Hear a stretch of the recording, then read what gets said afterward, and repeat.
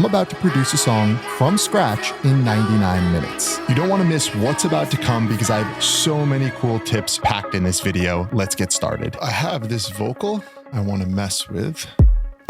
You've been crying, baby, it's not your fault. Welcome everyone. This is the voice inside my head, which is going to be narrating over the next 99 minutes as I show you my process, raw and uncut. All right, let's get a quick little bass line in here. I'm going to just punch it in with the notes. I'll play some stuff later as I go, but the timing to do eighth notes is going to be tricky. Okay. You've been crying, baby, it's not your fault. So the vocal I'm starting with here is just a random a cappella.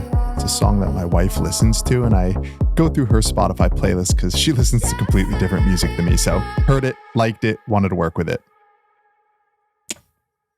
That's not what we want. We wanted minor.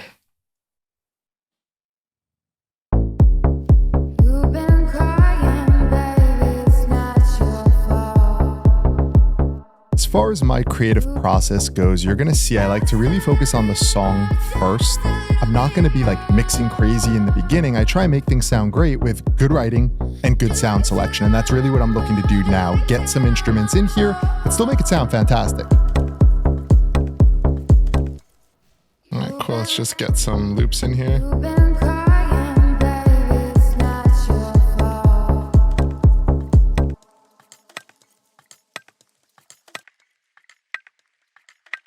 All right, let's just keep that in key. So I'm going to move that to down 1, 2, 3 to play the fifth. So I'm in C sharp minor. Crying, baby, it's not your fault. So right there, I'm just trying to keep my drums in key. If there's any sort of tonality to a drum hit or a loop, I want it to be in the key I'm writing in. So I usually stick to like the third, fourth, or fifth in that scale.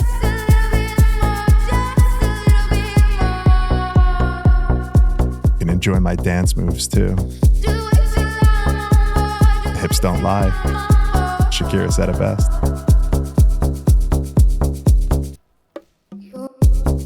You've been crying, baby, it's not your fault. I've been dying, baby, all over you all. Just a little bit more, just a little bit more. Cool, so I like You've been crying, that little ending part right there. you've been crying. You've been crying, baby, it's not your fault. Just that.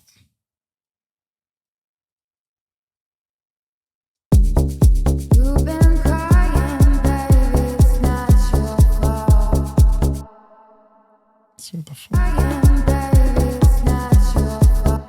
Well, maybe we do keep this for now. You've been crying, baby, it's not your fault. I'm gonna try and get some more melodic elements. I've been dying. I'm gonna speed this up because I was just mashing on the keys and not really coming up with anything.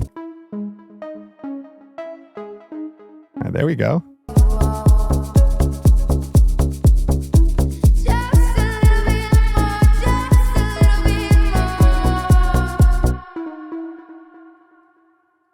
a little bit more, just a little bit more.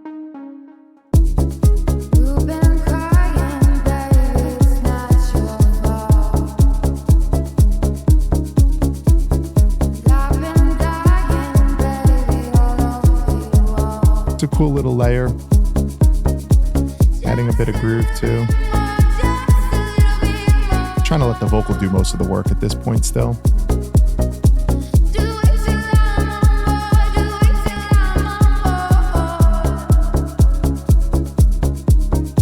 All right. I have this thing I want to play with. I like Let's try Forsta. You've been crying, baby, it's not your fault. I've been dying, baby, all over you all. Just a little bit more, just a little bit more. Do it till I'm on board, do it till I'm on board.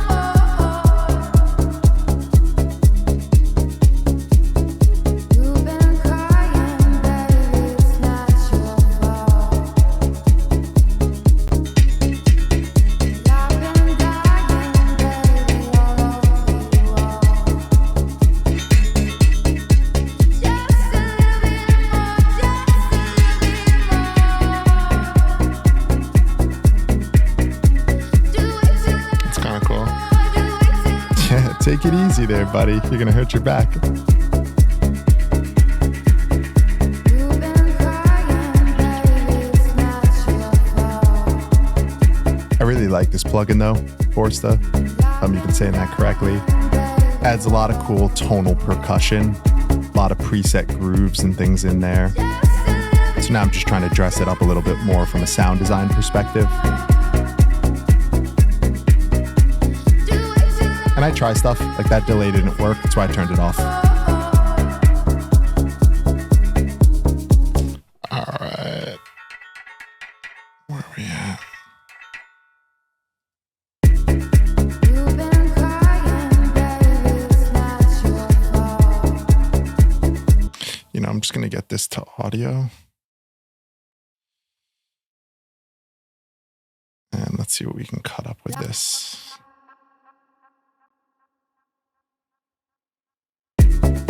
You've been crying, baby. Much better. So what that did was just tightened up the loop. It acts like a gate where it lowers the volume in between each transient. So a lot of the tails get quieter.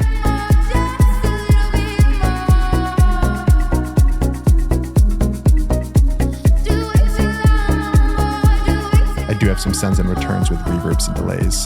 That's what you're seeing whenever I'm in the send and return section. You've been crying, baby, it's not your fault. All right, so I'm going to speed things up again as I'm hunting for some samples and looking for some sounds here. I've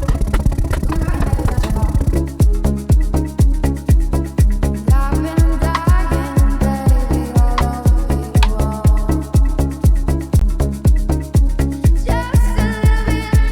Just a little bit more, just a little bit more.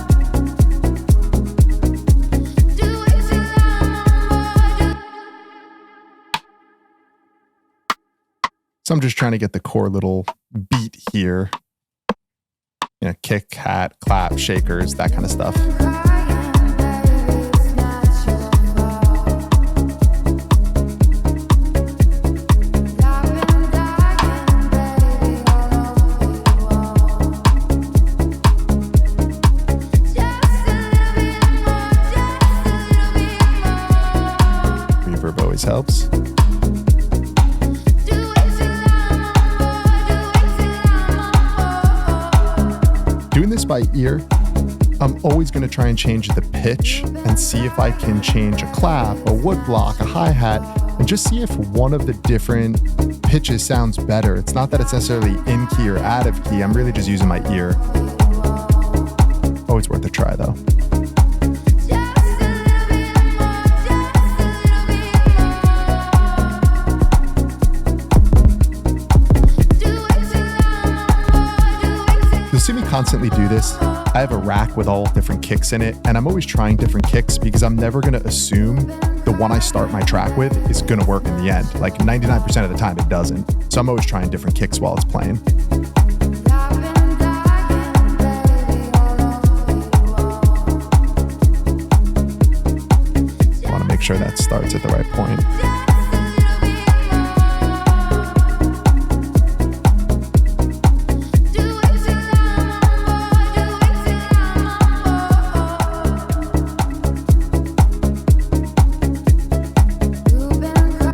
All right, let's maybe get a bass line to follow this.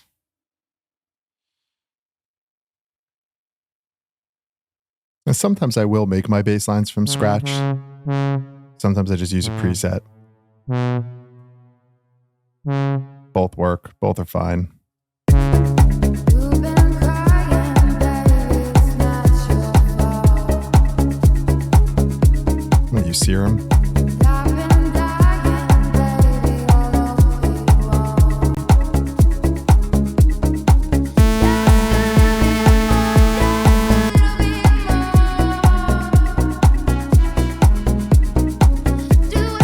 I'm gonna tweak that pluck a little. Open it up. Give a little more energy on it. Yeah. I like to try things up an octave, down an octave, just to see what it sounds like. Wasn't crazy about that. All right, let's bring this down a couple octaves. Got a second oscillator. Create that detuned sound.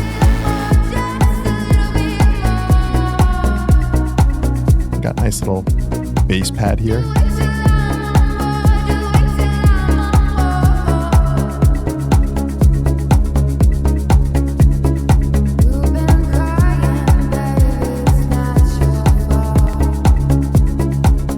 Throw a quick sidechain on.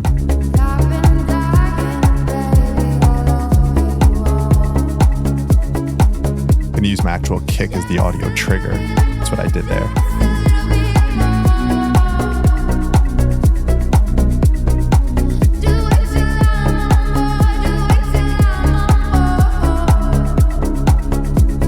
Shaperbox has this multi-band feature where you can have the bottom part of the bass pump one way and the higher frequencies can have their own sidechain shape. So as I adjust those bands at the top of the plugin, that's what I'm doing. I'm just creating different sidechain shapes for the low part of the bass versus the mids and highs.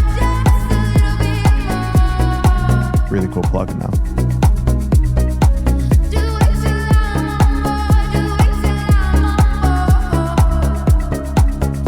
So this little trick here is just removing the fundamental. It's the lowest frequency from that oscillator, so it doesn't get in the way of the other oscillators.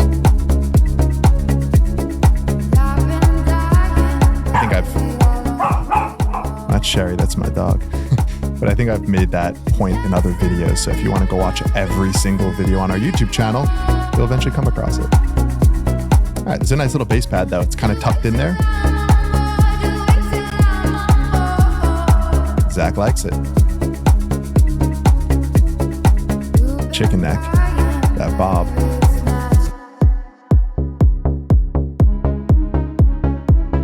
I always like to do this from time to time. Just strip back to the main elements. Make sure it sounds good.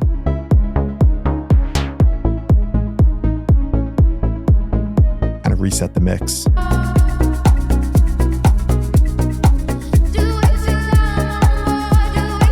Cool vibe so far though.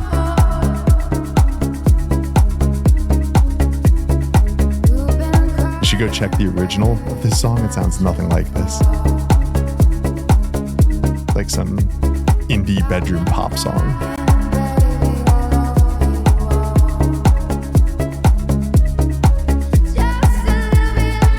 We're eventually gonna get to a piano in here, build some chords, follow that bass line.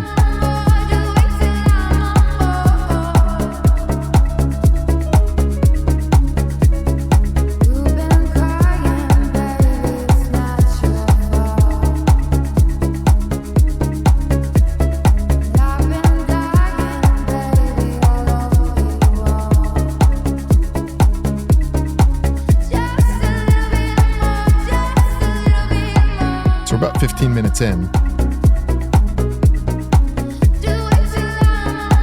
Kind of building a core section here. Can hold up as a drop. You definitely use these bits though in a lot of different sections.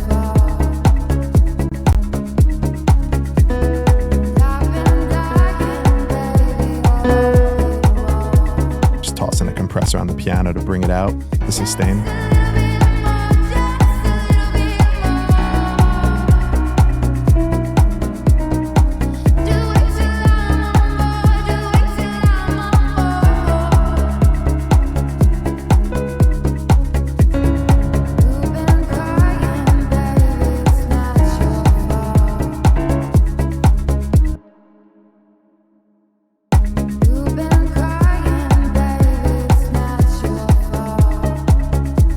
Basically, Beethoven, just bald.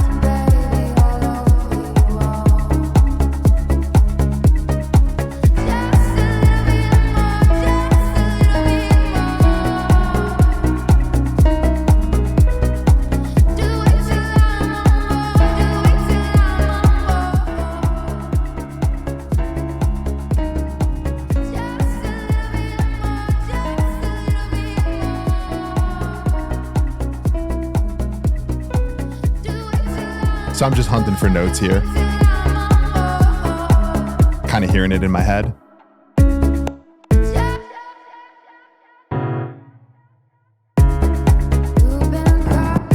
And at this point, I'll just go to the MIDI and pencil notes in. I even take advantage of the scale feature inside of Ableton.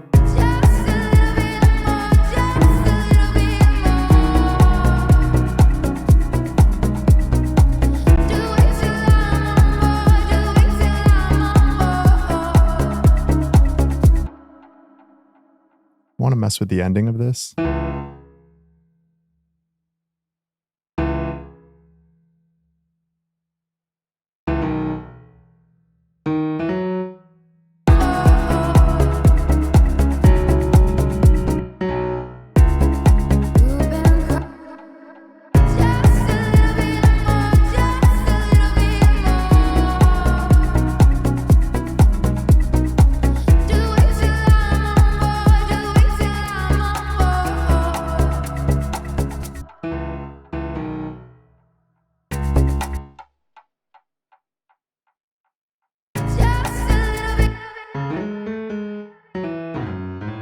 By voicing these chords a little more.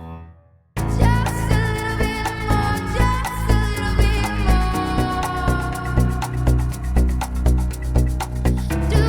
that's just playing the fifth.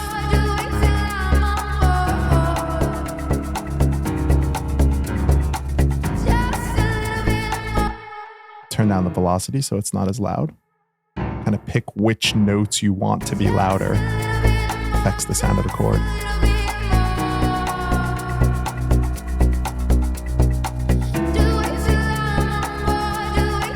There's always some nastiness on a piano in there.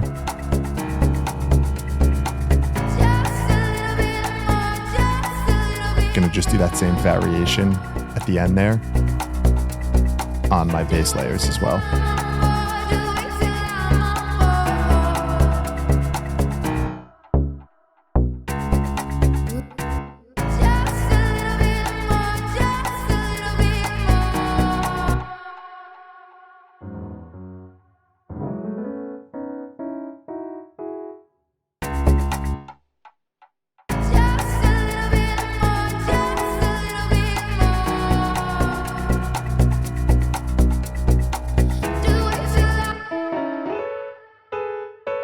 I'm always experimenting. Not really sure what's gonna work, not gonna work, but give it a quick shot, see if adding some higher octaves, higher frequency helps. And all this shit can get changed later too. I like this though.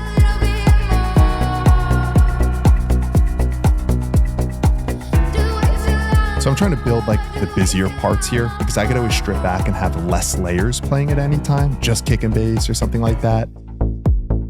Just like this here.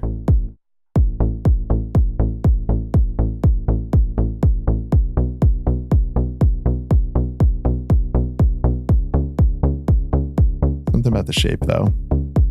Crazy about it right now. Not gonna go too hard trying to get it perfect just yet, but I'm always listening to the dynamics and shape of these sounds. Like if you want punchy things, you got to get in the envelopes and make them punchy. If you need them to be thicker, you might have to adjust the decay or sustain to make them longer and thicker. But this is, to me, more important than mixing because this is getting quality ingredients for the dish you're making, right? It's getting the right sound for the job. Shape's a big part of that.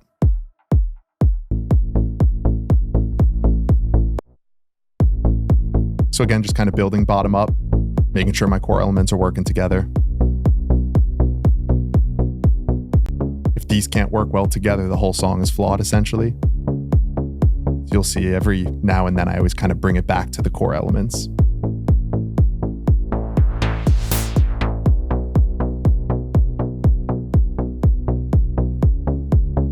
All right, but we're over 20 minutes here, making good time.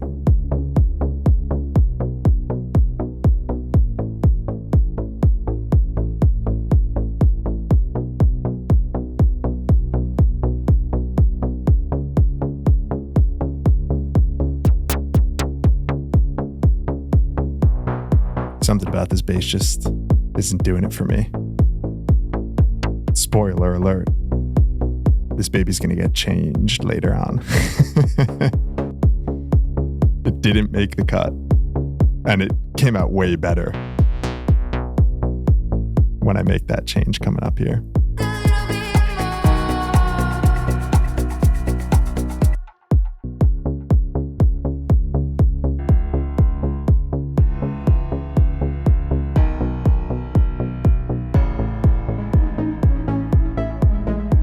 So let me know in the comments right now. You digging this? Do you like the direction?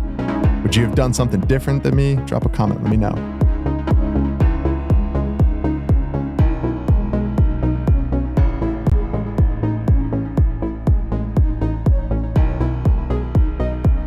These EQs are like my extent of mixing. It's just cleaning up unnecessary low end or scooping out mids, things like that if the sound just doesn't need it. But I try not to do much mixing of like elements together with EQ because I'd rather get them to fit together through sound selection than having to like mix the hell out of them. So you can see a lot of the EQ I'm doing is about the sound itself. Cleaning them up, emphasizing certain parts if I need to. But it's all about sound selection and volume, baby.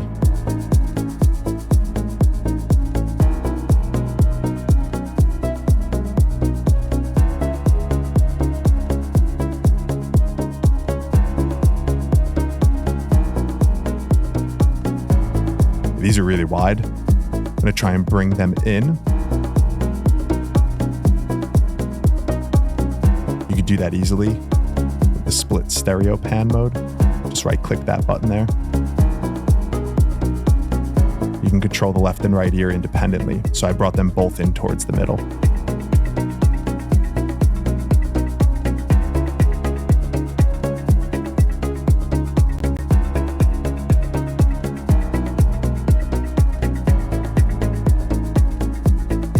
Just a little Haas effect, making it wider. And it just separates some of the elements.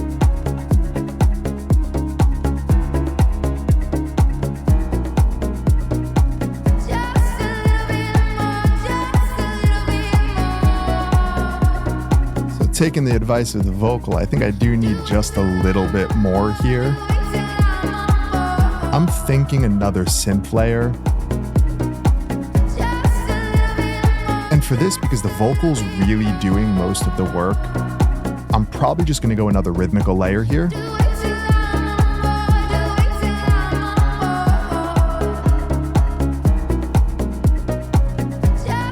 And I like pigments for what I sort of hear in my head for this.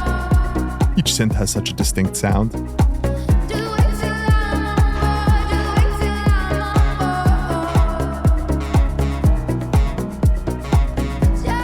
It's a preset pack from Mercurial Sounds. Awesome, awesome quality though.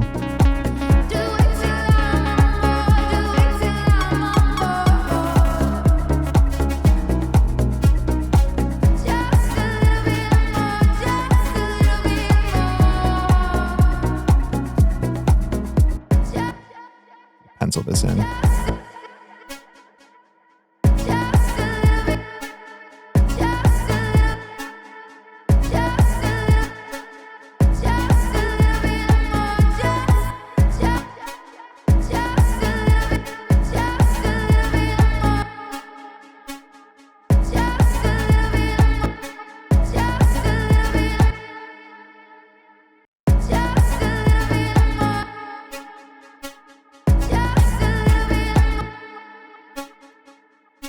We're gonna find it.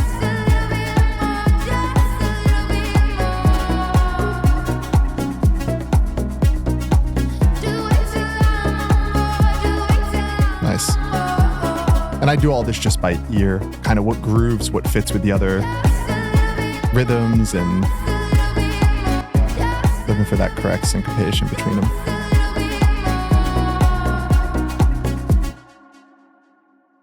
And like sound design on this can change later too. I'm more so just kind of trying to catch a groove, a feeling from this. I could always change the sound later, but the pattern's got to work.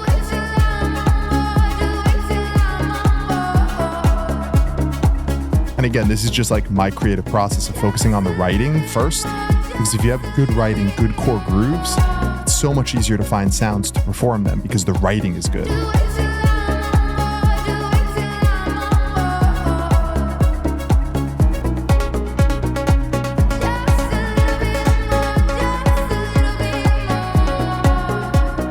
Yep. I like this one.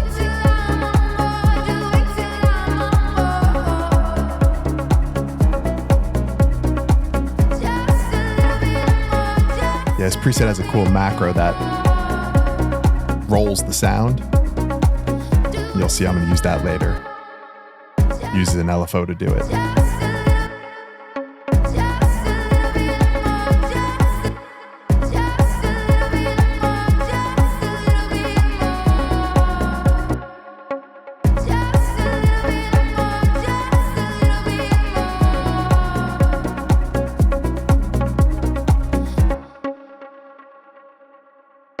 Cool, we'll duplicate that one.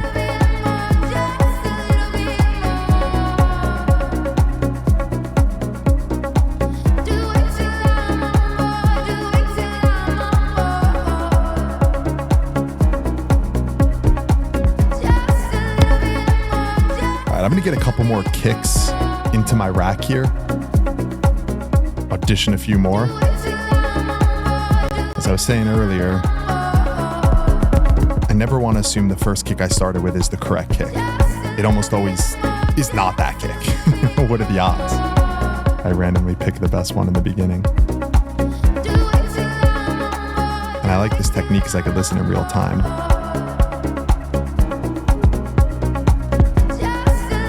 Go with the one that sounds best.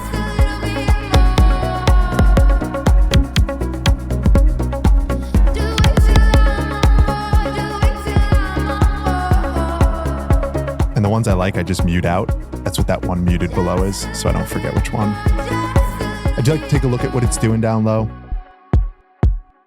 Just make sure it's kind of giving me the amount of low end I need, or it's sitting in the right space in the low end. And for a track like this, I don't need a big boomy kick.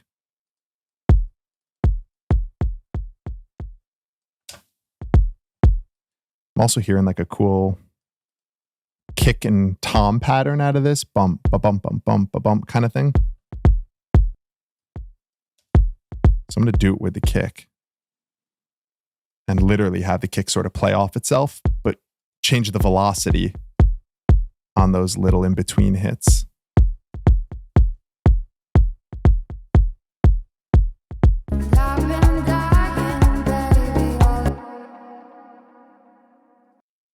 Kind of cool little signature trick for this kind of music. Get this to audio real quick. The reason I want this in audio is because I had a lot of my side chains that were being triggered by the kick drum. So if this kick layer also has the little tom hits in between, it's going to set off the side chain, you know, on the in-between hits, not just the downbeat. It's going to trigger it every time that kick and tom happen. So I'm just going to put it in audio, duplicate the channel. The top channel will have the kick. The bottom channel will have the toms. And now I could still just sidechain everything back to the kick and it's not going to react to the tom.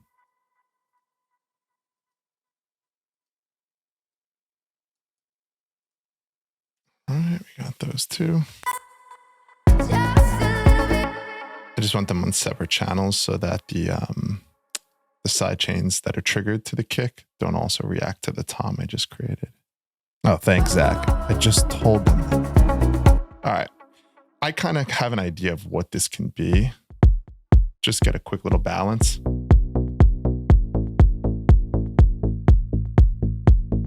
We're going to build it up. Start with the core elements. get them working right. What happens if we bring this down? Nope. Always worth a shot though, right?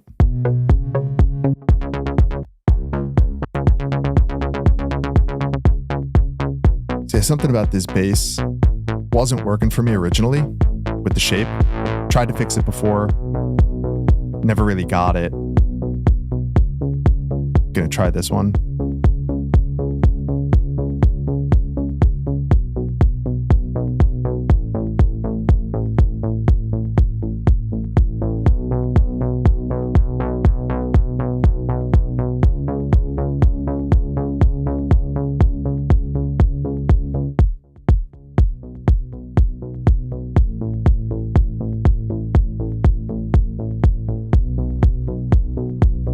Go back to that bass pad that we had.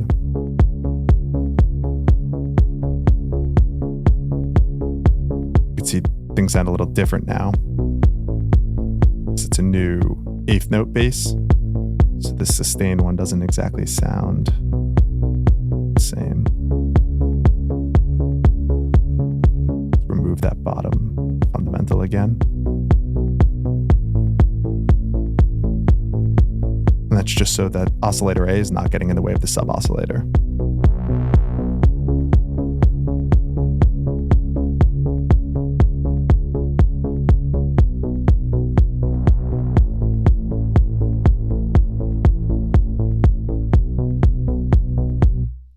Put a little envelope on this.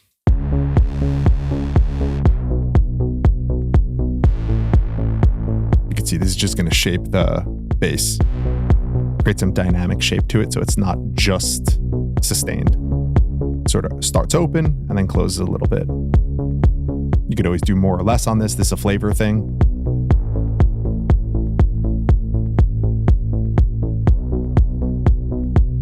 You can kind of hear it though. Adds a little bit of flavor to the bass.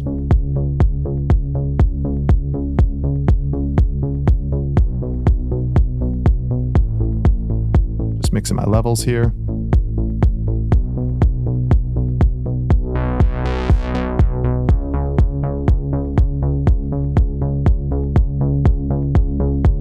Bass is going to be the death of me.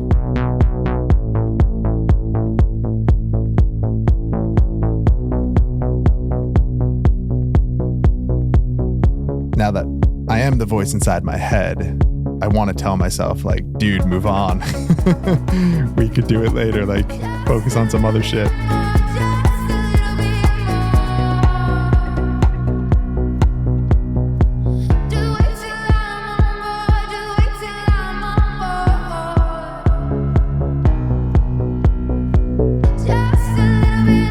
Still trying to get these core elements working well together before I bring in all the ear candy.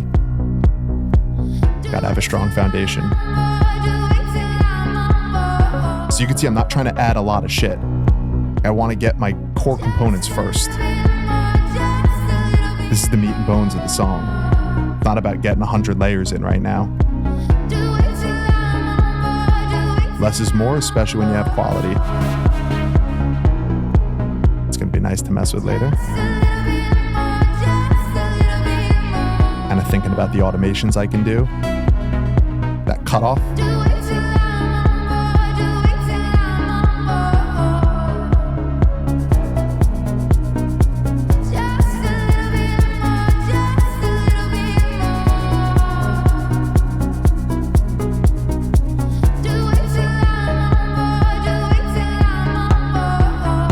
Sometimes I'll bring in a layer and if it seems to muddy things up or crowd things up, I'll just mute it again. May not be the right fit. And I chose that shaker early on, and as things change, that may not be the right fit anymore. So you'll see I'll bring things in, mute them. That's more the thought process though. I love this layer.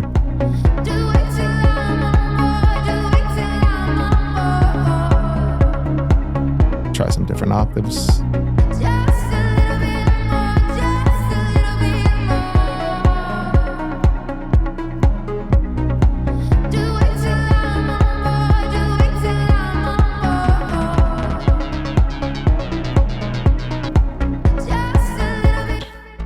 liking any of the bass lines I have.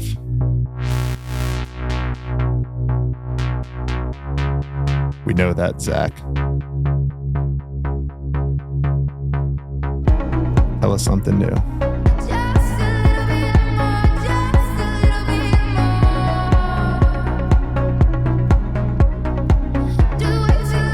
Watching myself produce is kind of funny.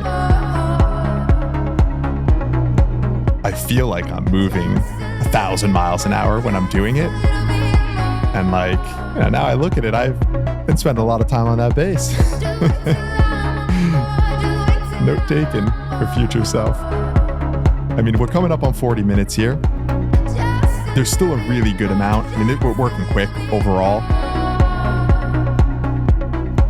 But I'm going to need to start thinking about another section of this song real soon here, and that's what's going to be coming up. I got to think about what a breakdown is going to sound like. I got to think about transitions, build-ups, start to think of this more of a song, not just an idea, and that's what I'm going to get to real soon here. I'm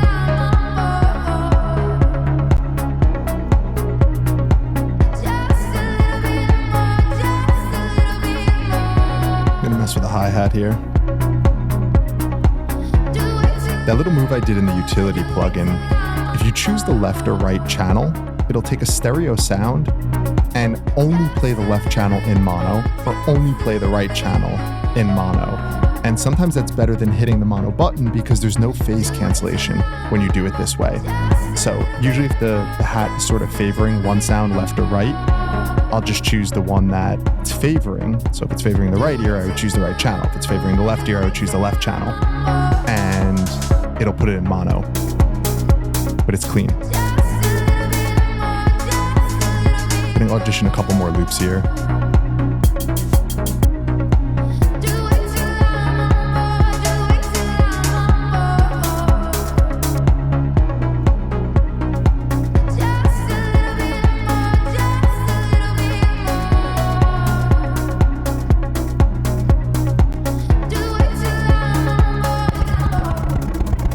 To speed this up, I'm really just looking for another sound to layer on top of that sort of rhythmical groovy layer that is sitting beneath this one, the pigments layer.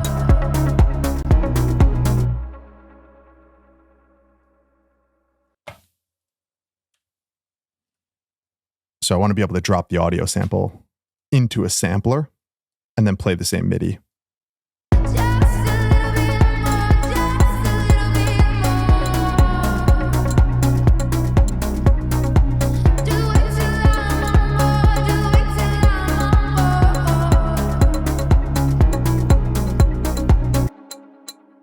That same delay on that the other layer had. Hunting for the key. If you have span, just hold Command and it creates that little bandpass filter that I just did. Like everyone always asks me in class during Cosmic, how do you do that?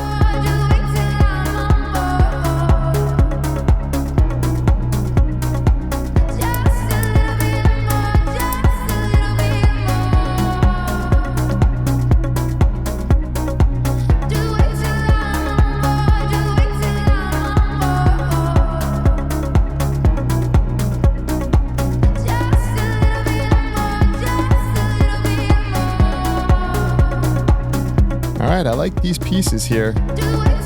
Coming up on 40 minutes into this, I would say got a pretty good drop.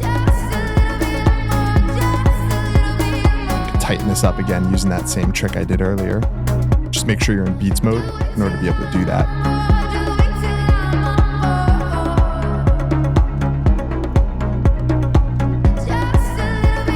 Just like that. Toss the hi-hat. I didn't think it sounded that bad. What are you doing, Zack?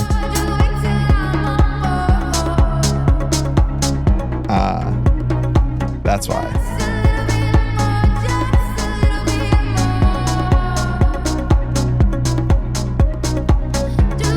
This one's a little thicker sounding. The other is very transient, kind of just click. Once again, messing with the pitch. Always. Don't just assume the sample you drop in is going to magically fit your song. It's on you to make it fit.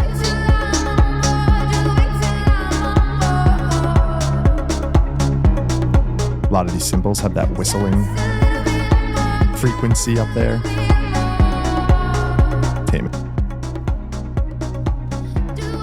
The drums are also a little quiet right now, but this isn't my final mix or anything. We'll address that at some point. All right. Because now, let's kind of simulate what we got here. I like the pieces, but I got to start coming up with an idea here for how I'm going to structure it.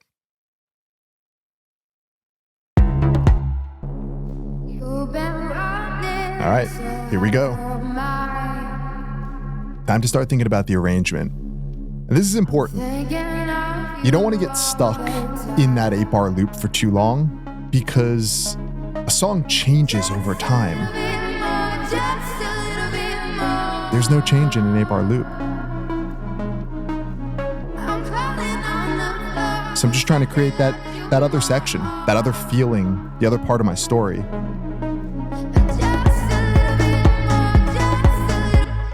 We're going to start with the layers that we already had. But if we need to add, we're going to add, and we will.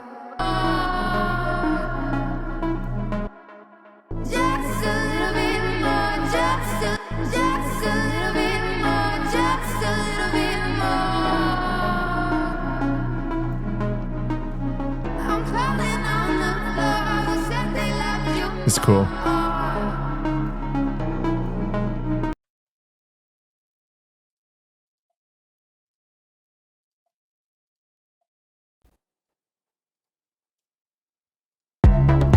Just joining those clips makes it easier for me to arrange when they're a longer loop instead of little single bar clips.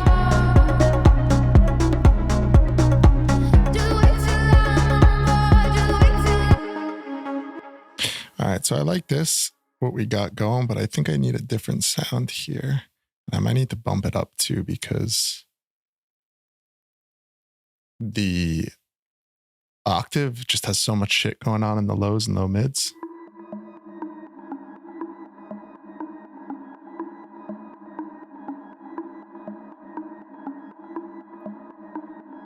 Hunting.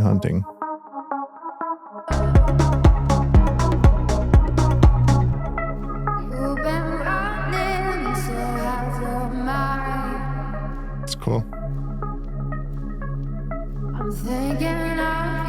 Cece, you always got to be willing to change and adapt.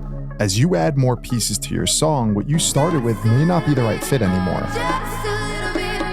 Like, this sounds so much better. Higher octave, new layer.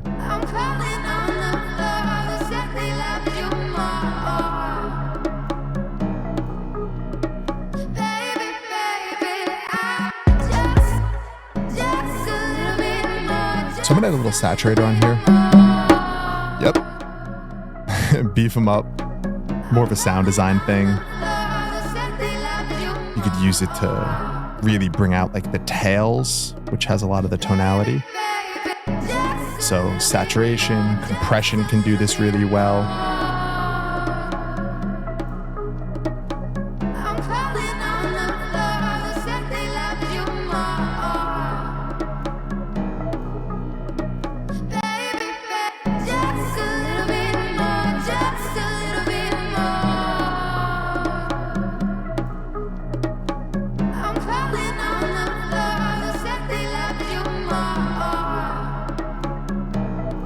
So I'm just trying to really catch those peaks, bring them down closer to the tails, shrink the dynamic range. I'm not trying to bring out those transients any further. They're already very clicky.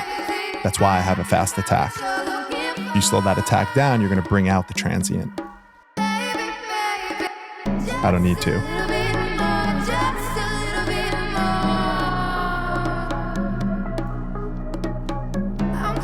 And to me, that's compression from a sound design standpoint too. It's like the saturation and compression are thickening that sound.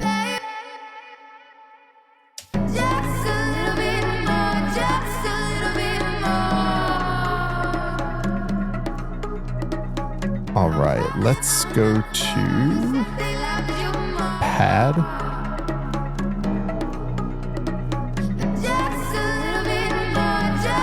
Do the OBX.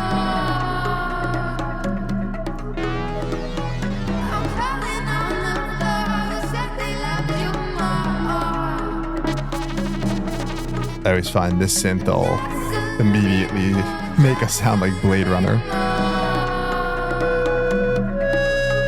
Really cool though for spacious pads.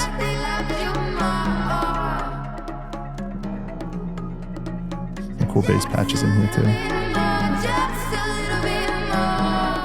I'm looking for that spacious sound though. Play off the pianos.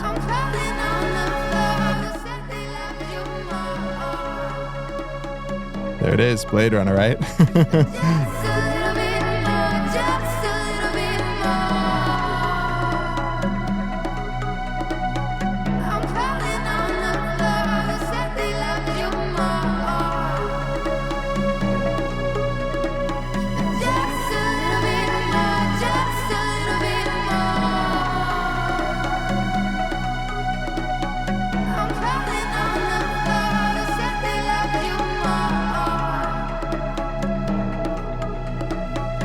Not bad, dude.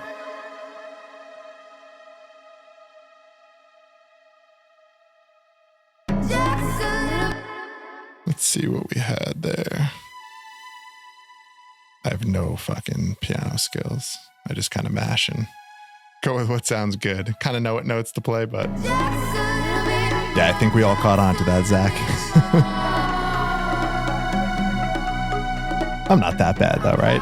Give me a like on this video if you respect my subpar piano skills. I'm not even going to pretend they're better than they are. Subpar.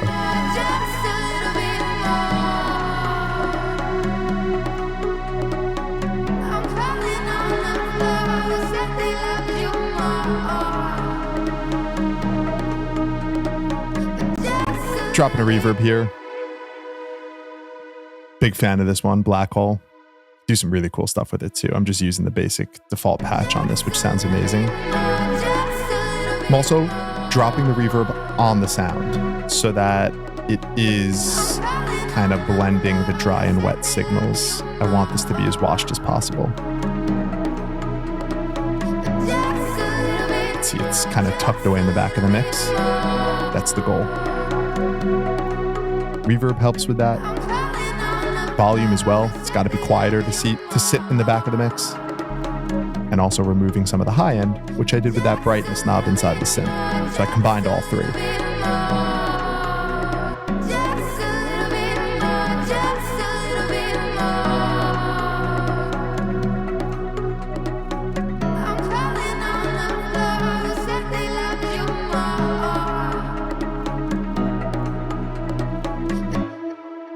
Okay.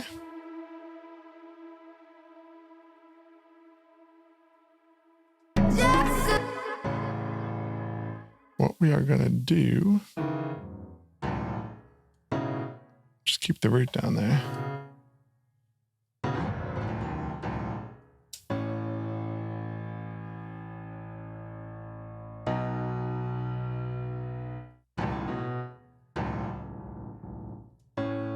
Once again, just messing with the velocities of each octave, and that really changes the sound of the chord. Which octave gets more emphasized, which is less.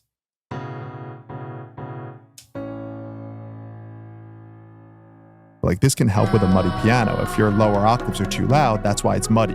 Don't just use an EQ. Fix the piano.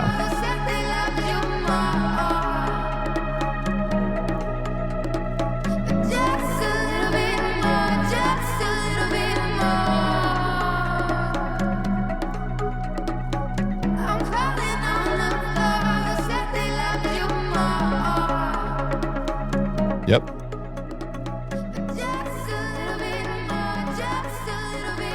Yeah, I'm moving in that bottom left corner. Look at me go. Feeling it.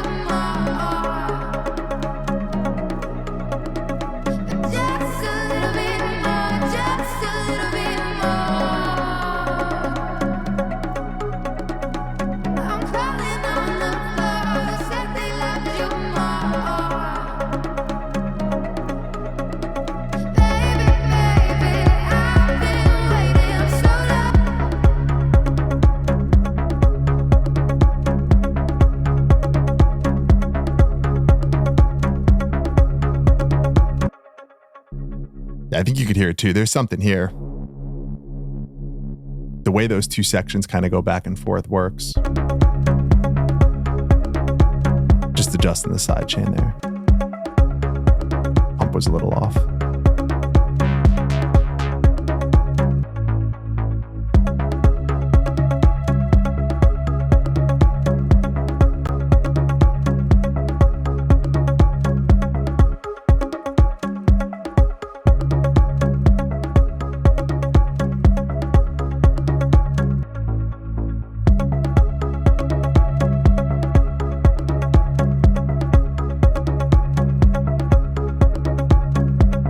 So in my head here, I'm starting to think ahead. We had the first core idea. We got to a breakdown concept. And now in my head, I'm trying to think about like what a drop could be after that break builds kind of thing that would be in the song. So it's more so me, again, trying to figure out which elements is that going to be, what pieces fit together for that second drop. And in my head, that's what I'm really starting to piece together here. And I'm going to continue to kind of build on that.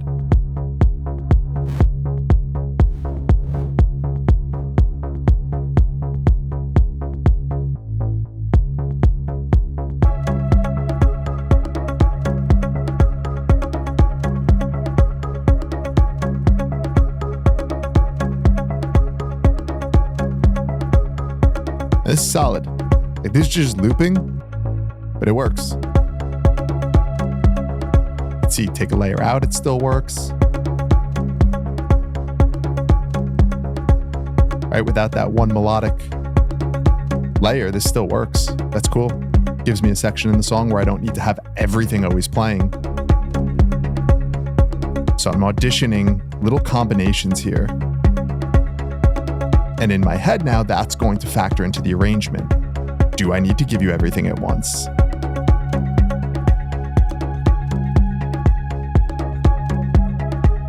Right, so it's a different vibe.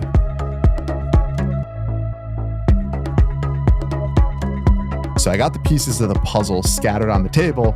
Now it's just figuring out how we want to put them together.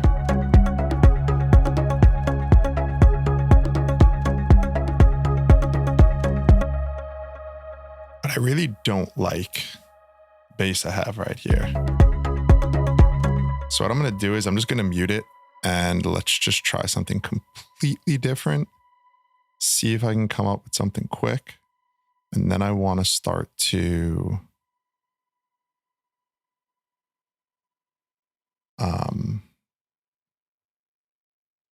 arrange out. Let's just see what this can do. Maybe it's not eighth notes the way I was doing it. Maybe it's just something a little more rhythmical.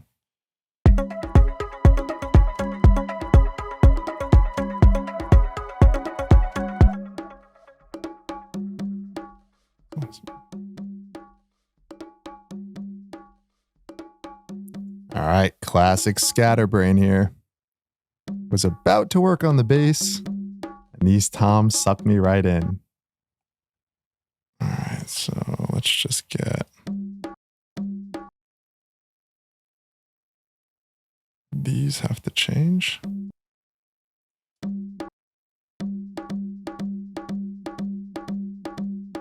That's playing a G. It's got to be up one. Try.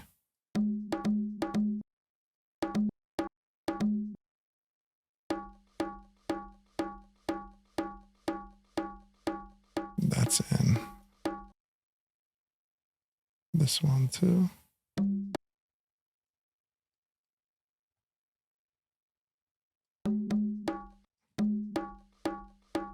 All right, this should be in key.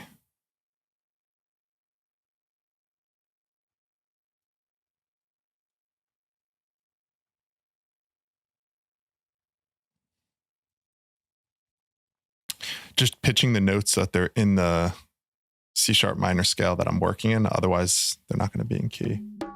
You've been crying, baby, it's not your fault. All right, let's even take that down from the G sharp to the E.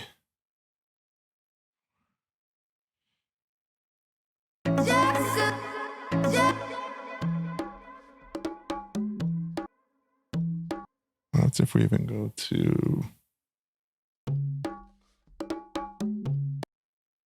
That's kind of cool.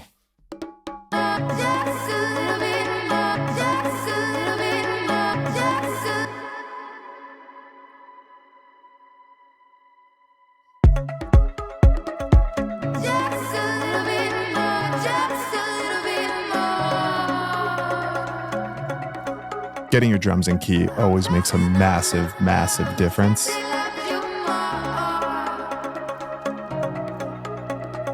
These are the little details, though. If you want your shit to be cohesive, tight, everything working together when you're pulling samples from all different packs, like it's what you got to do.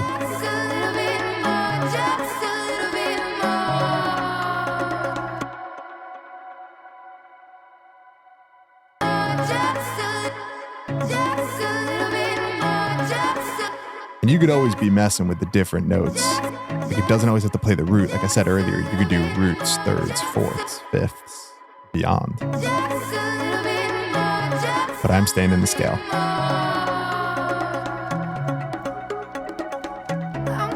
I like this one.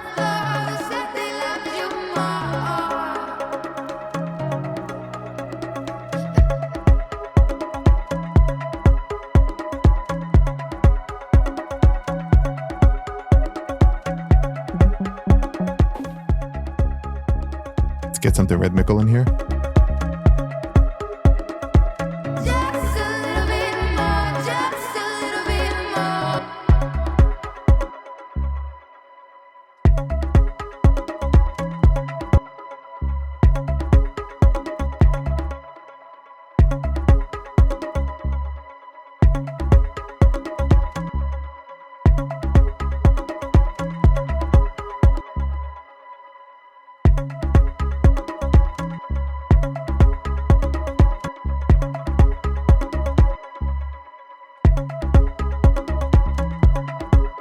Maybe do something like this.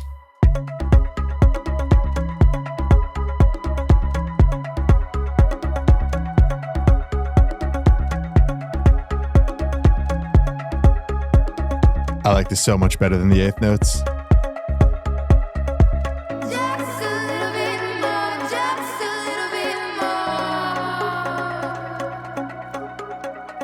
Especially because I had that sustain bass layer too. It's like the eighth notes with the sustain, there's a lot of overlap there. But having this more rhythmical one with the sustain, at some point it's going to come in handy and it's going to work well. There's more separation for the two to work.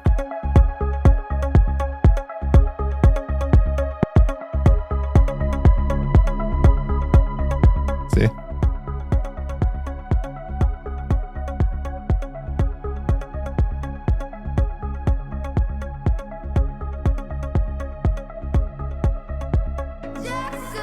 Yeah, we just don't need sub from this sustain anymore.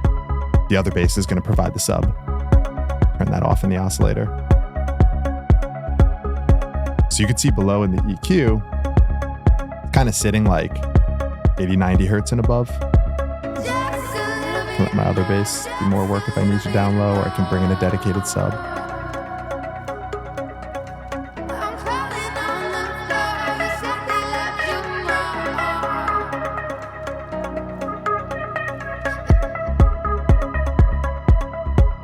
All right, it's been an hour.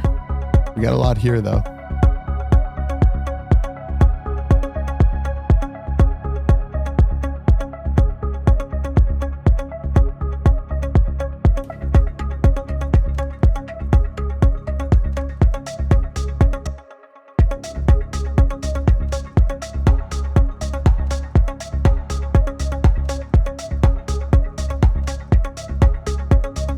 So this is now like the drop with a lot of the things playing with the new bass line.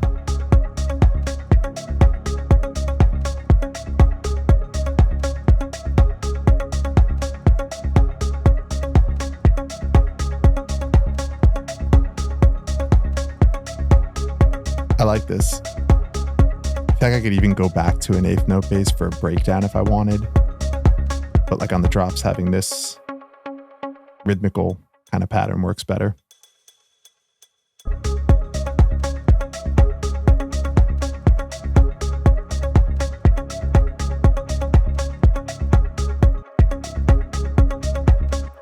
Maybe with this, we just have it kind of do.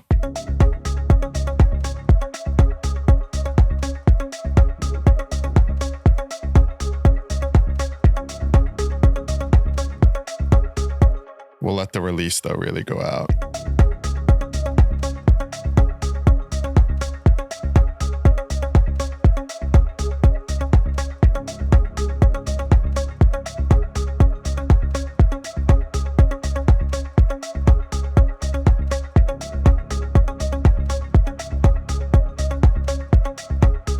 I just want them to stab.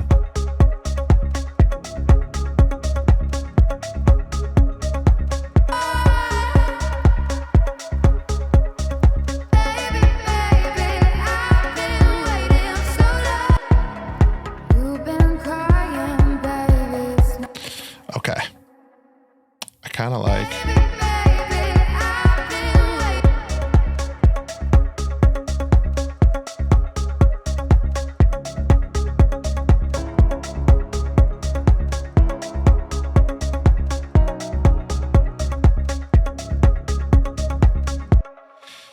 All right, let's arrange something out. So I'm going to quickly rename stuff, and by the magic of video editing, next time you see this, this is going to look a little bit cleaner.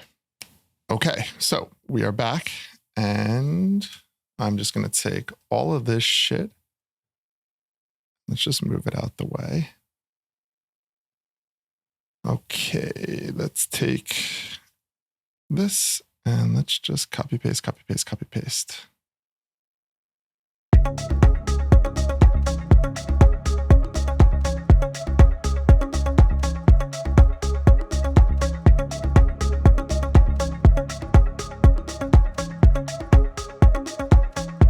Now, I'd say what I'm going for here is not necessarily going to be my final arrangement, but what I'm trying to do is structure essentially like a first drop, middle break, second drop kind of thing.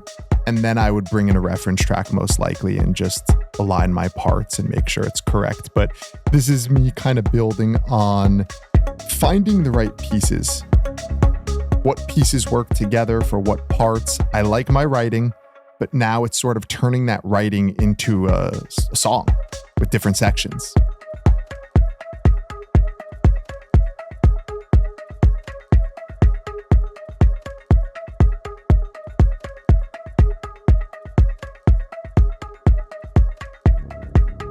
Quick little tip too, for the more beginner producers, don't start producing a song with the intro.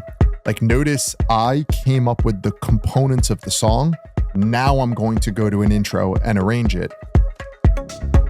Because your intro should be previewing what's going to come in the song.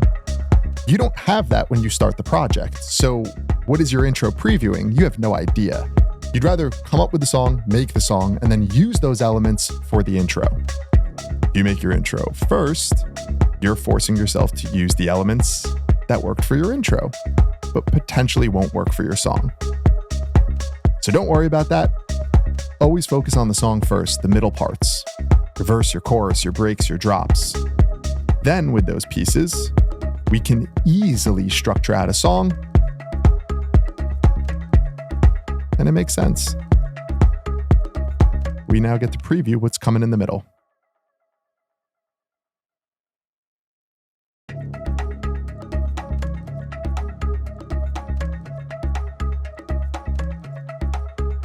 So I'm going to create a little section here, a little build almost with the vocal.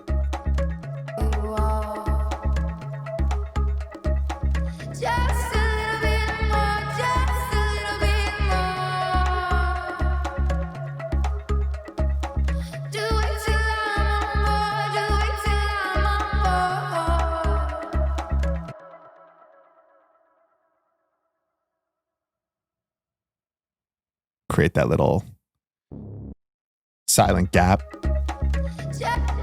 just before the kick comes back in.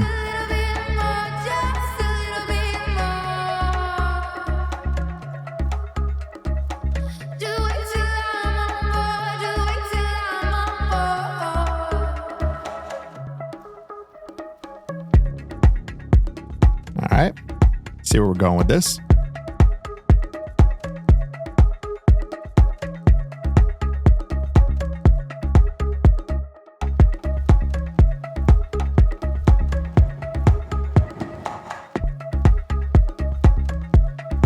So I do have some little macro controls.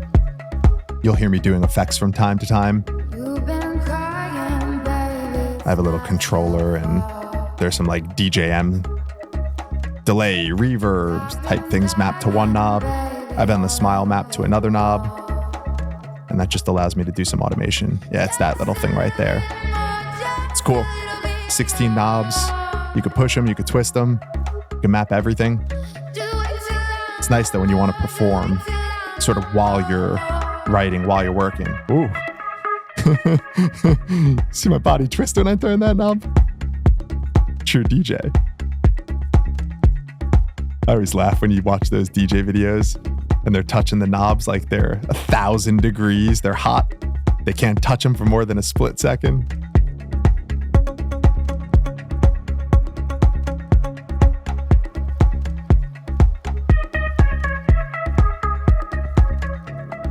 You've been crying, baby. It's not your fault. And I've been dying, baby, all over you all. Just a little bit more, just a little bit more. Do it till I'm on board, do it till I'm on board.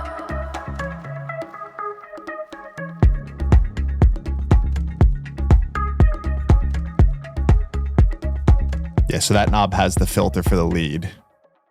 The other two are just going to be master effects. So I'm going to start to create a little automation. This may not be the final settings, but I do like to put it in while I'm arranging because it's a huge part of like the performance of the sound. You're going to hear this in the final version anyways. I want to kind of get this in now so I can simulate the feeling of the synth opening, closing.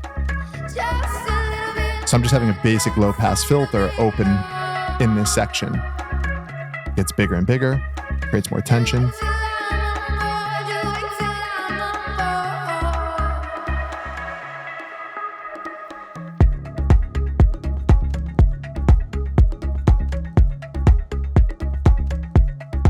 I can fuck with this.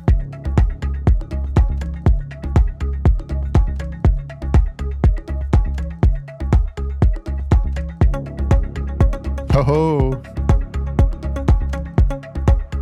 That's my favorite layer in this whole project so far.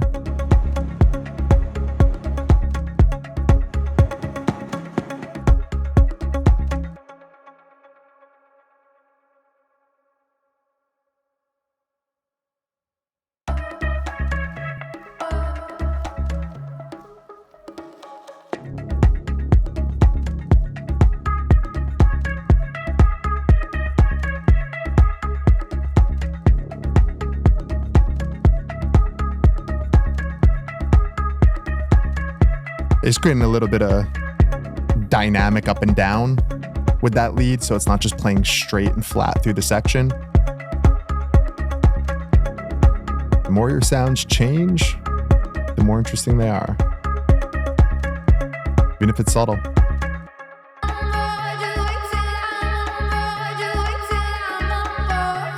All right, we're under 30 minutes here.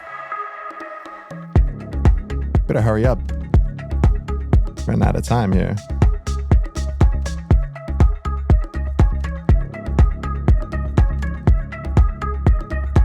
Yeah, don't give that hi-hat too soon.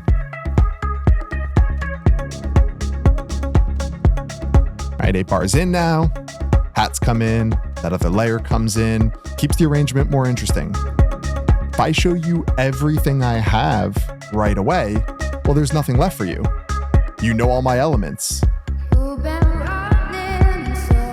So I gotta slowly show you what I got. And that keeps the arrangement fresh over 3, 4, 5, 6 minutes. Never show your hand too soon.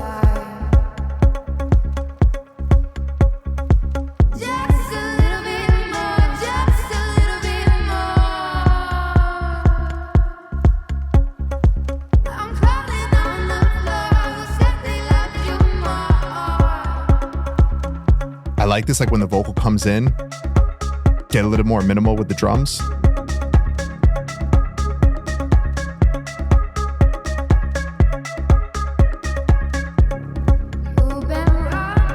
Obviously would have to smooth that transition a little bit, but this puts more focus on the vocal.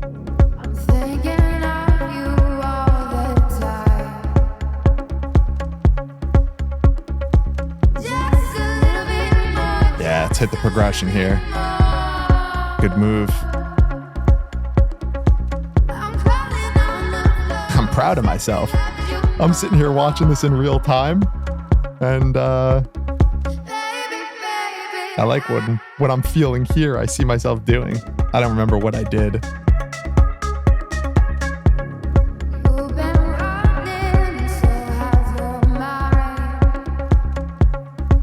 Yeah. Now you hit him with the progression right here. Oh.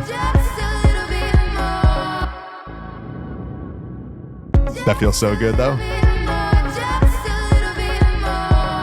Because we've been just driving that root note home the whole time.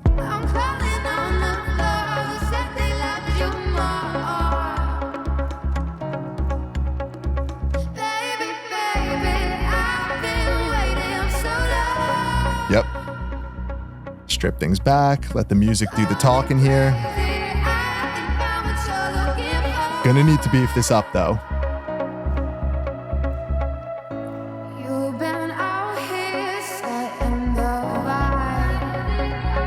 I love this though. I'm a big breakdown guy. I love melodies, love chords. Let's bring this next part of the vocal in though.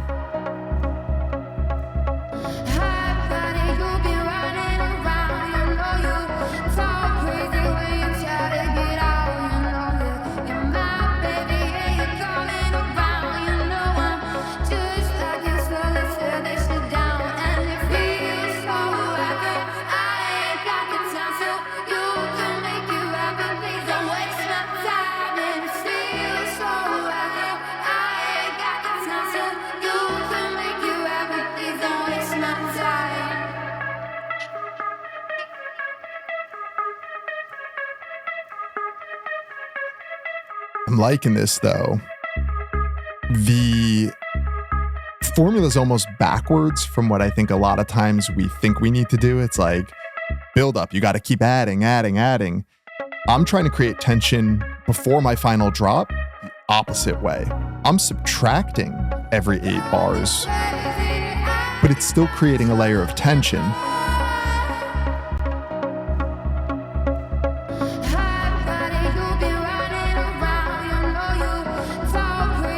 And you want to definitely stick to the end here because there's a layer I bring in like the final couple minutes that made the break just next level.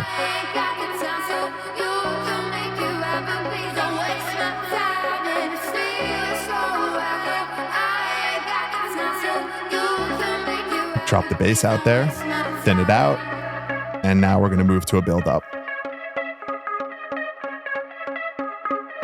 I want to mess with that LFO. Preset already has this map, which is cool. You could always map it yourself.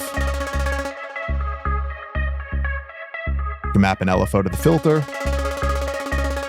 Turn off the sync feature so that you can increase and decrease the rate of that LFO freely. And that allows you to create that kind of speed up, slow down effect you're going to hear me do here.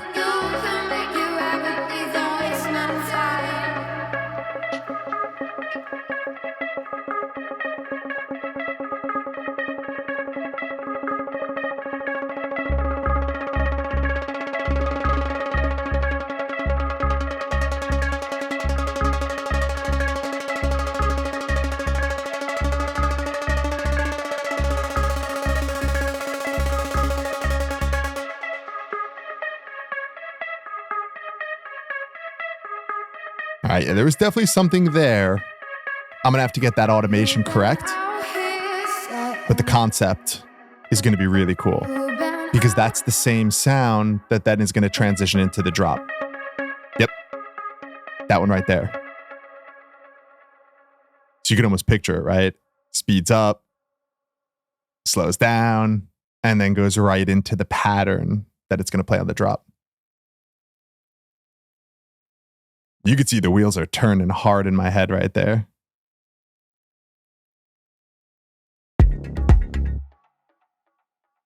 Trying to figure out how I'm going to put this all together here. We got 20 minutes.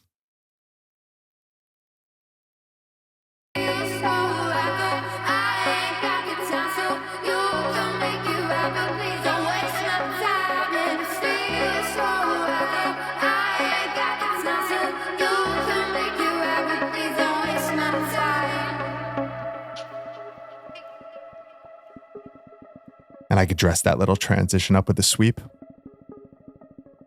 It's a little rough right now. It's okay.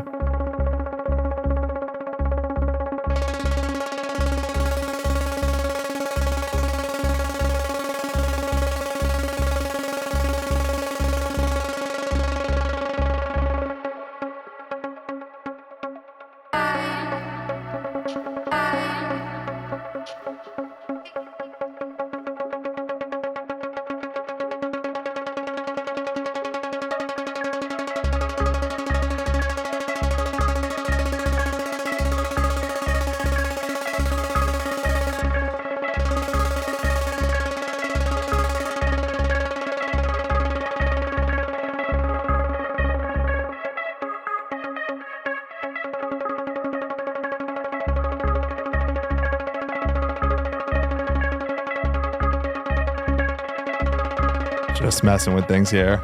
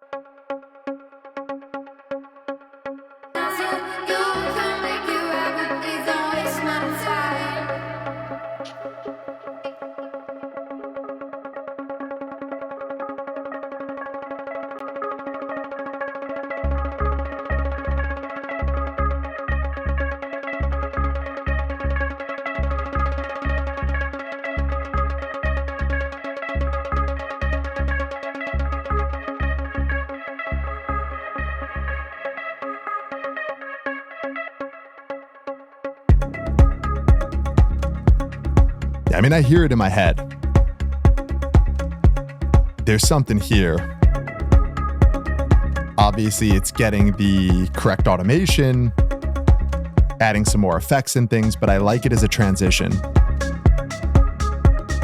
And we won't do that in the first, like, break build. Save it for the second one.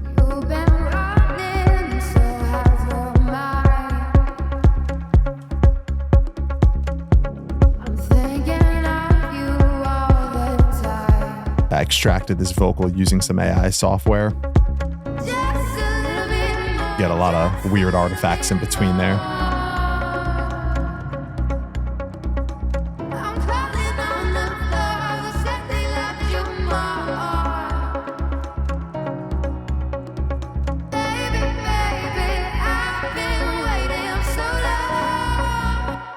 You know what? Maybe we actually, let's group all these. Maybe we just sustain these.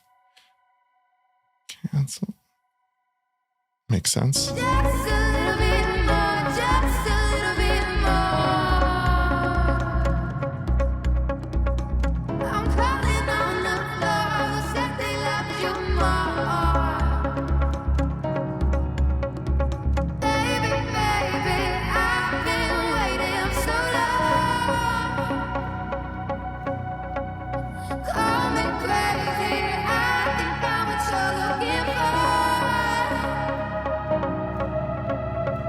So a little tip here.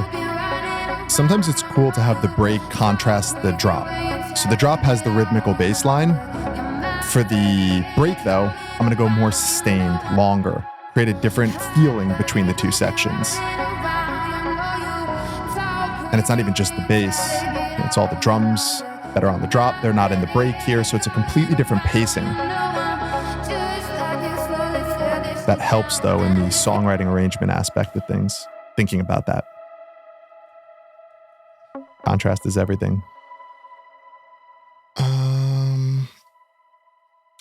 I want just separate control over it because that shit is way too fat. Yeah, sometimes I'm lazy. Instead of automating volumes or things like that, if the sound is in both break and drop and I want them to be different in each section, instead of automating things, sometimes I'll just duplicate the sound, call one of them the drop version, call the other the break version, and I don't have to automate shit. I could just have one be louder, quieter, change the filter or whatever. So yeah, laziness, but maybe brilliance too.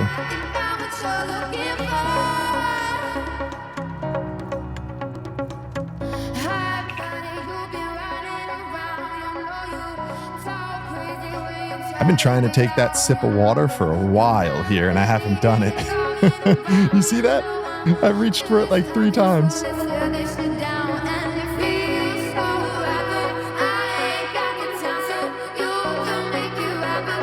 Love that pad. The OBX layer.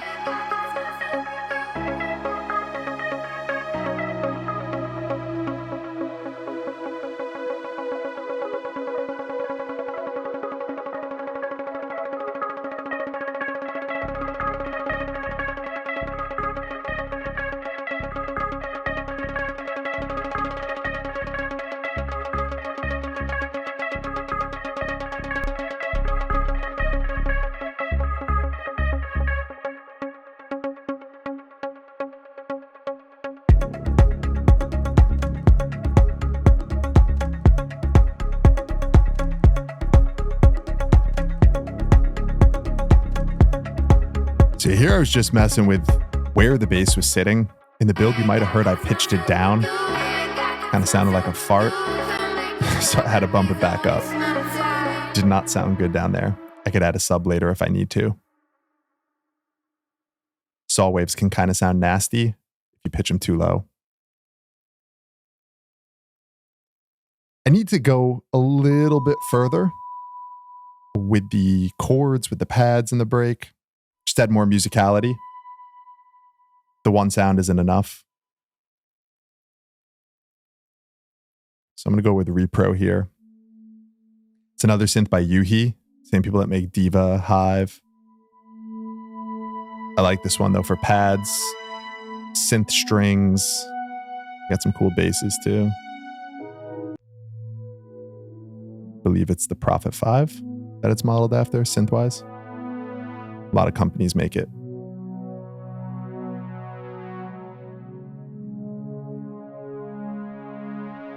So I really like this patch, but it's very left or right. You could hear with each chord. And I'm going to come into this tweak section, and they have this voice panning where each voice in the synth could be panned in different spaces, which is really, really cool. You could use it to your advantage, but I don't like it in this because it's making the pad be too far left, too far right, and it's like one or the other. Not crazy about that. I'd rather it be a little more consistent in the left and right.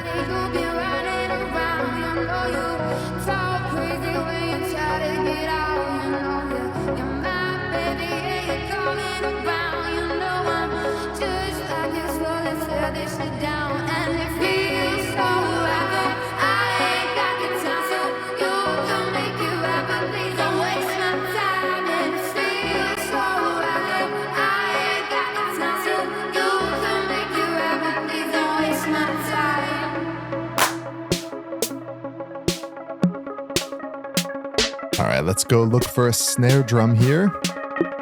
Want to create a little snare build. Drop one of these into a sampler. Have it start to build up in this section right here. Kind of just looking for a specific sound. Like I want it to be noisy with like the snare sound, the shh, shh, shh. But I do want a little bit of pop.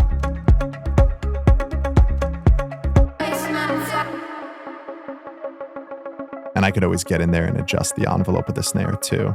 Shape it how I want.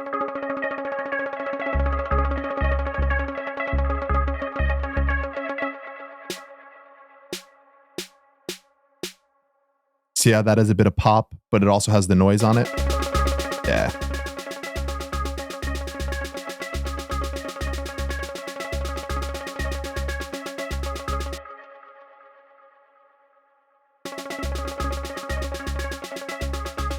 Once again, don't be afraid to adjust the pitch of your sounds.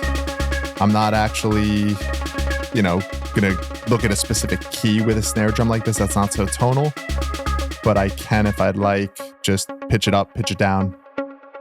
Does one sound better?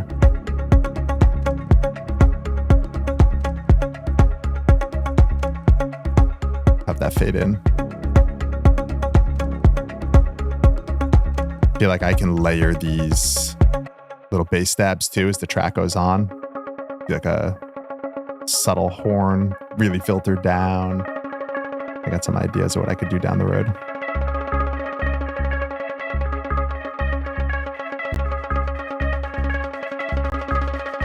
All right, so this is a cool little plugin. It's called Lift Effects. I saw someone using this in a stream a couple years ago, looked into it, bought it immediately. And you'll see what I could do with this. I can create quick tonal uplifters, downlifters, white noise uplifters, downlifters, and you can customize them so easily. Look how quick this is.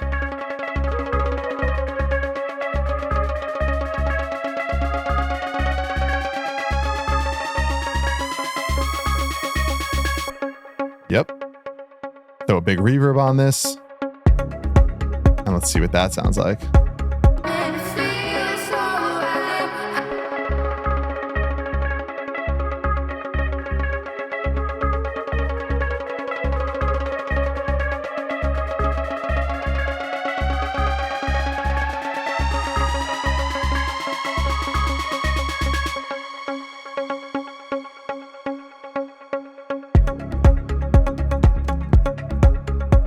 I mean, gonna have to make that work, but conceptually, there needs to be some sort of riser there, create a little more tension, and do some noise too. So same plugin, different preset. I can now do white noise sweeps, and it's cool. They have all different types of white noise with different kind of EQ presets on it. It sounds different. So easy to use though.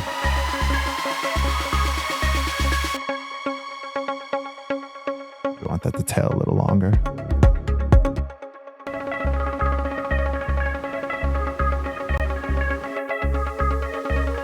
So they do have the built-in EQ.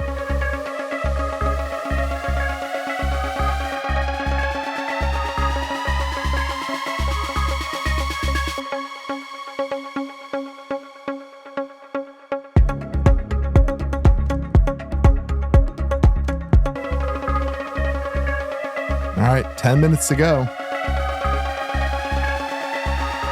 And I'm telling you, there's still one more layer. Gonna make a big difference. This is cool though. I'm liking it.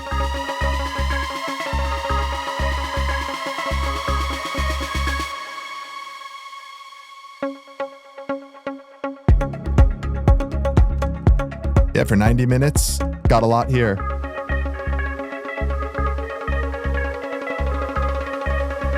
And this is straight through, like you could tell there's no video editing here. This was pure 90 minutes.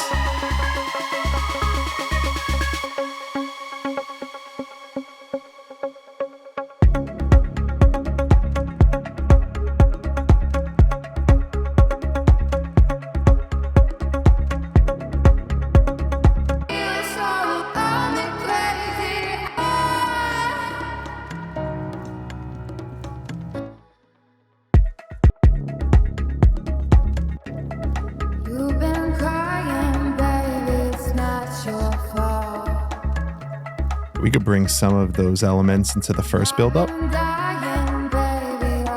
start with the white noise. Just a little bit more, just a little bit more. Do it till I'm on board, do it till I'm on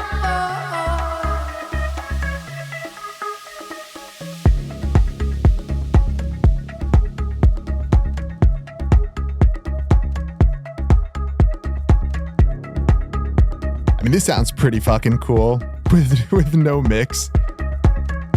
Shit. Get the production right on this. Balance things out a little bit better.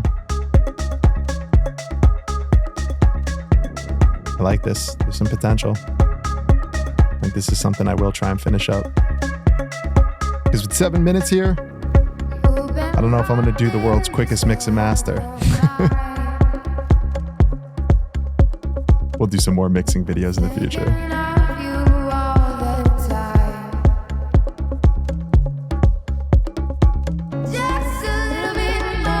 But yeah, hopefully as we're coming to the home stretch here, the creative process that I have, obviously unique to me, yours is unique to you, and that's the coolest thing. But hopefully just you seeing this, there's some things you could pull. It's always my goal. Don't want you to do it how I do it. I want you to just steal anything you could steal from me. Because I would do the same to you. All right. We need to add some beef. We're going to do it in the form of strings. Beef this section up. Save the best for last here.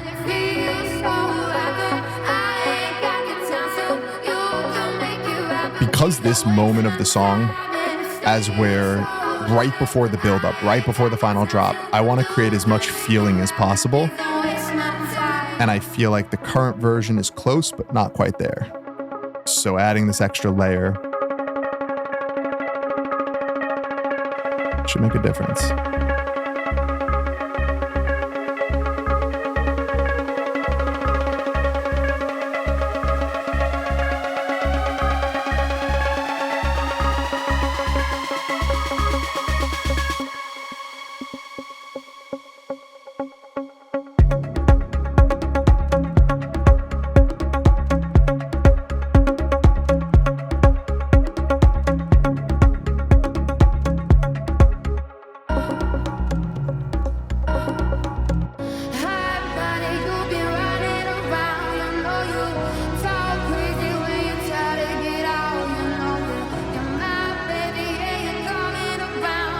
This is the best 10 seconds of the song.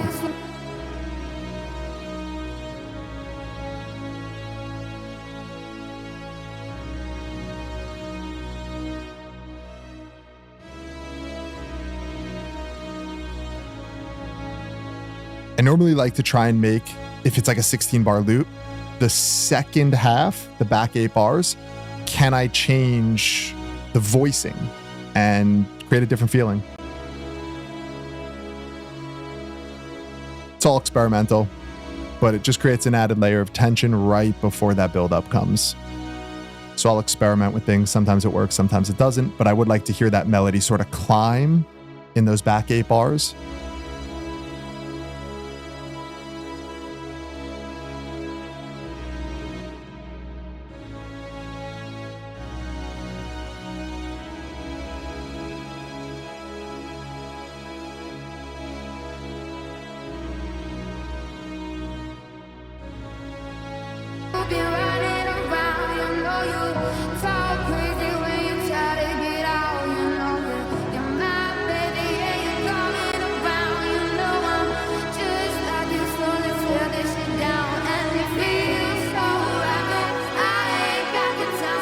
Yeah, I love this.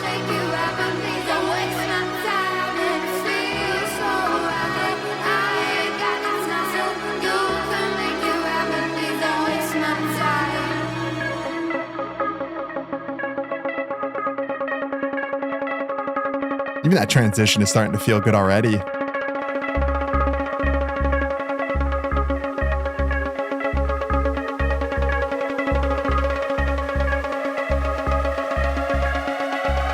Here's some vocal effects too. Yeah, plenty more I could do.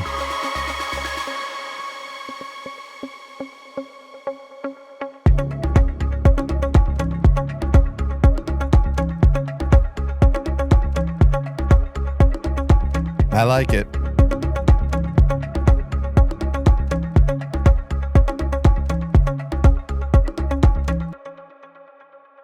All right, so I'm gonna stop here for this.